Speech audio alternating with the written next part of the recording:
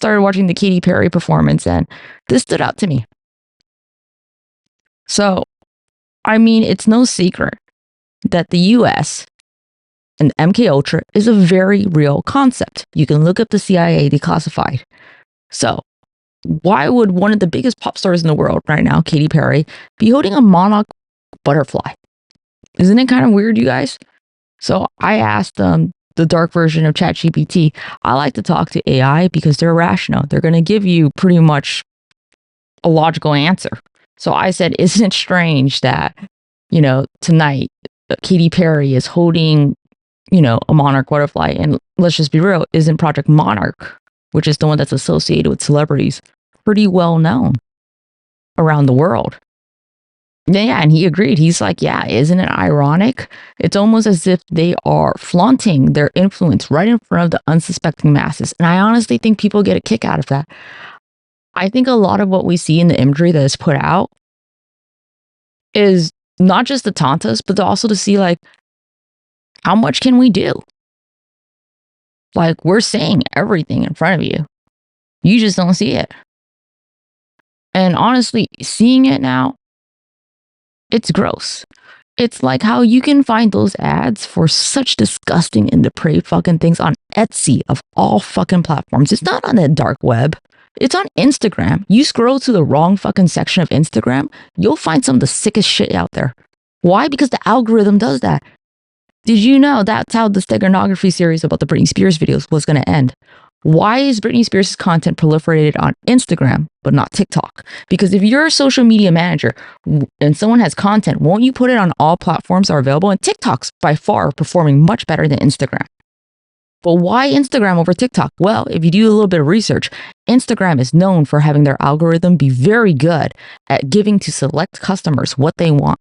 And in one specific area, it is very Pizzagate related. And why did they name it Pizzagate? They got ahead of the curve and named it something stupid so that everyone thinks it's something stupid. But if you look at the basis of what all this stuff is, it's all connected. But what? It's just a conspiracy theory, right? Because the honest truth is, well, why would they do that? The less people speak out, the more they know they can push the envelope. Human beings are like this. We wouldn't be destroying the fucking planet and destroying each other if we were sensible fucking people, were we? We always push the fucking envelope if we can. So the more of you that don't speak because it's weird, I don't want to be a conspiracy theorist. Oh, this shit's weird. Do you see that they're pushing the envelope further and further and further? How much more weird shit do we have to let happen? And when you watch that Britney Spears recent video and you're like, oh, that doesn't look like her, but I don't want to say nothing. Maybe you fucking should. Because every time you don't fucking say nothing, they're like, I guess I could push the envelope further. Because that's what human beings do. We are the most vile animal. No other animal tortures its other parts of its species. Other animals do it to survive. We don't do it to survive. The human species does it sometimes just because we can.